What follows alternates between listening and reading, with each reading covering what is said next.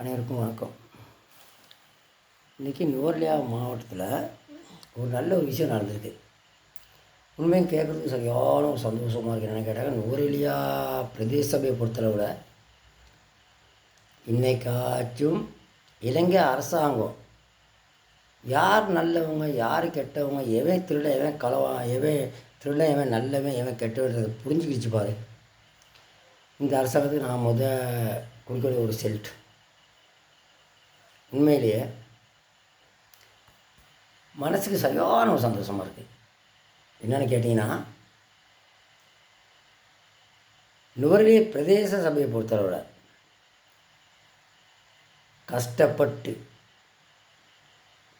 வீட்டில் உள்ளதை விற்று, வீட்டில் சுற்று சுவதை விற்று ஓட்டு கேட்டு வந்தவங்க எல்லாம் கப்பு சுப்புன்னு கம்முன்னு இருக்காங்க. ஏன்னா வின் பண்ணிட்டோமே, மக்கள்கிட்ட ஓட்டு, மக்களால் கிடைச்ச ஓட்டு, இது மக்களால் நமக்கு கிடைச்சிது, அதனால் மக்களுக்கு சேவை செய்யணும்னு சொல்லி நினச்சிட்டு இருக்கவங்க பல பேர். அதுலேயும் பல பேர் இருந்துட்டு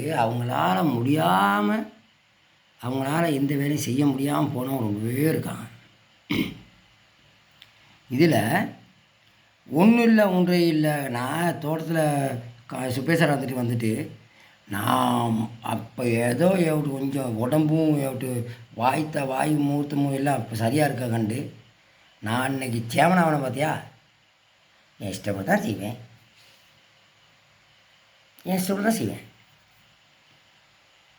இன்றைக்கி நான் எதுவும் செய்யாமல் இல்லையே, செஞ்சுருக்கேன்ல, சரிவாக செஞ்சுருக்கேன். அதில் ஒன்று தான் உங்களால் பிடிக்க முடிஞ்சிச்சு. எதை இப்போ நீங்கள் எங்களை அரெஸ்ட் பண்ணி கொண்டு போனீங்க பாரு, இதை மட்டும்தான் உங்களால் பிடிக்க முடிஞ்சிச்சு. இதே நானும் ஆகல, அதை உங்களால் பிடிக்க முடியுமோ, கிழிச்சிங்க அப்படின்னு சொல்லி நான் மனசை என்றைக்கு தான் நான் அந்த ஜிப்பில் போயிட்டுருக்கேன். இப்போ நான் கொழும்புக்கு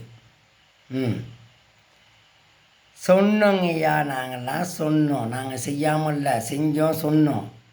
எவன் கேட்டான்?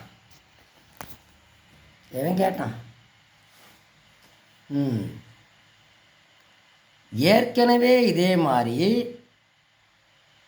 ஒரு பிரச்சனை நடந்து கச்சை விட்டு நாங்கள் ஒதுக்கிட்டு, அதாவது பேப்பருக்கும் மீடியாவுக்கும் மட்டும் நாங்கள் ஒதுக்கினோம். ஆனால் கச்சை விட்டு ஒதுக்கலை. இப்போ பேப்பரில் இப்போ நியூஸில் எப்படி வந்துருக்குது, இலங்கை தொழிலாளர் காங்கிரஸின் உபத்தலைவர் நுவரெலியா பிரதேச சபை வேலை யோகராஜ் இன்னமும் விளக்கலை, வச்சுக்கிட்டு தான் இருக்கோம் நாங்கள். ஏன்னா எங்கள் ஆர்வத்தினோட பேரை காப்பாற்றணும்ல, அதனால் வச்சுக்கிட்டு தான் இருப்போம். இப்போ சரியா கேட்கணும். ஒரு தடவைக்கு ரெண்டாவது தடவை, தடவை தான் ஏதோ தம்பி சார் இவன் படித்தவன், இவனுக்கு இந்த இடத்த கொடுப்போம் சொல்லி கொடுத்தாரு. அப்போ இவர் பாதி இடத்த விற்றுட்டார். வந்து 6 மாதத்துல ஜோலி சுத்தம். அவங்க வீட்டுக்கு, இதே நுவரெலியா யோகராஜ் வீட்டு, கந்தப்பள்ள யோகராஜ் வீட்டுக்கு நேராக மேலே அவ்வளோ பெரிய காணி காட்டோரத்தில், அந்த காணிக்கு ரோட்டு போடுறதுக்கு கூட அரசாங்க காசு. நுவரெலியா பிரதேச டேக்ட்ரி, நுவரெலியா பிரதேச ஊழியர். சரி, அவர் வீட்டை தாண்டி கந்தப்பள்ளிக்கு வர நேரத்தில் இப்போ இந்த பிரச்சனை.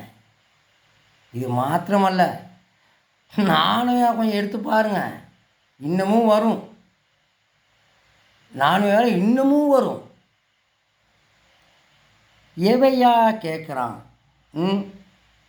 சின்ன பிள்ளை வெல்லாமல் வீடும் சேராத. இதுதான் ஜீவன் தொண்டமானுக்கு இப்போ நான் கொடுக்க வேண்டிய ஒரு பதில். சின்ன பிள்ளை வெல்லாமல் வீடும் சேராது.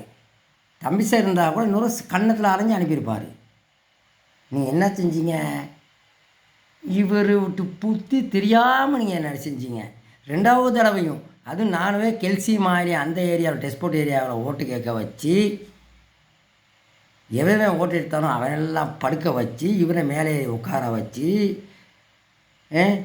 டெஸ்போர்ட் சுரேஷுடைய கெப்பை இவருக்கு கொடுத்துட்டு, இவர் என்னமோ மந்திரின்றதுக்கு பேர் ஒன்று வேணாம், ஒரு மரியாதை வேணாம். இவெல்லாம் ஒரு மனுஷனா? ஏ பொம்பளை 8 கிலோ எடுத்து வராட்டி இங்கே வராத, ஏய் 5 கிலோ எடுத்து வர இங்கே வராத அப்படி சொன்ன மனுஷனை கொண்டு போய்ட்டு சீட்டில் உட்கார வச்சா எப்படி இருக்கும்? இன்றைக்கி நாங்களும் நூறு பிரேசர் வேலை செய்யுங்க தான். இன்றைக்கி இவனால் நாங்கள் நடுவோடு நிற்கிறோம். எங்களுக்கும் எரியத்தான் செய்யும். இன்றைக்கி எரியலை, இன்றைக்கி சந்தோஷமாக இருக்கும். ஏன் இப்போ தான் ஏதோ ஒரு சின்னூன்னு கடுகு திணி விஷயம் அரசாங்கம் தெரிஞ்சு கொண்டு போய்ட்டு ரிமாண்ட் பண்ணியிருக்காங்க, விசாரணை கொண்டு போயிருக்காங்க. இது மாத்திரமல்ல, சரி வர பிடிச்சா இன்னும் முட்டை அளவுக்கு இருக்குது. இது கடுகு தான், இன்னும் முட்டை அளவுக்கு இருக்குது. புரியுங்க முதல்ல, புரியுங்க. நான் கட்சி சார்பாக யாரையும் பேசலை. எனக்கு அந்தளவுக்கு எந்த ஒரு விரோதமும் கிடையாது. ஏன்னா ஏதோ ஒரு பிரச்சனை இந்த எட்டனில் ஒருத்தர் இருக்கான் போலீஸில், இப்போ நானே பிடிச்சிருக்கான். அவன் யார்? ரவின்னு சொல்லி, கழுபண்டா ரவி. அந்த ரவி சொன்ன வார்த்தைனால இன்றைக்கி நான் ஒரு தொழில் இழந்துட்டுருக்கேன். போலீஸில் தான் நானே பிடிச்சி தான் அவன் இருக்கான். அப்பயும் அவன் இந்த சாராயத்துக்கு மாரடிக்கிறவன். சேமன் சொன்னால் ஒரு போத்த பனிய பார்லையும் மே பார்லையும் ஒரு நாணயம் இல்லை அப்படி சொல்லியே எங்களை காட்டி கொடுத்த ஒரு 8 பேர் இருக்கான். நானும் என் போலீஸில் ரவி. அவனால நான் நடுவோடு நிற்கிறேன். சரி, இன்னைக்கு நான் ஒரு பிரதேச சபையில் 7 வருஷமாக நான் டெம்பரரி வேலை செஞ்சவன்.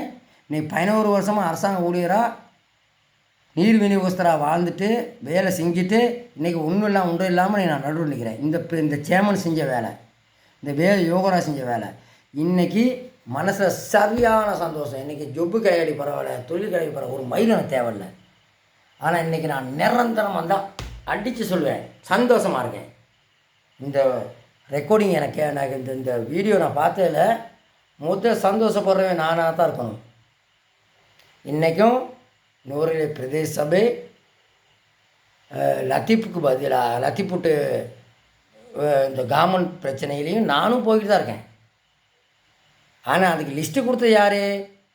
இதே பிரதேச சபையில் வேலை செஞ்ச ஒரு பென்ஷன் போன ஊழியர் தான். அதுவும் எங்களுக்கு தெரியும். நான் யாருன்னு லத்தீப்புட்டு இப்படி கேட்டால் லத்தீப்புக்கே தெரியாது நான் யாருன்னு. நீ யார்டா எங்கேருந்து வந்தேன்னு கேட்குறான் அவன். அப்படியாப்பட்ட இடத்துல என் பேரையும் போட்டு இன்றைக்கி இனியும் வழக்கு அலைய வச்சு வழக்கு போயிட்டு வர போக்குவரத்து செலவு கேட்டால் கூட இன்ன வரைக்கும் கொடுக்க மாட்டேங்கிறாங்க. சேமனை கேட்கணும், டிஓ கேட்கணும், சிசிஐ கேட்கணும். அதுக்கேற்ற சிசி, அதுக்கேற்ற லேக்கம், அதுக்கேற்ற டிஓ, அதுக்கேற்ற ஆர்ஐ, அதுக்கேற்ற 5000 100 பிரதேசத்தில் இருக்காங்க.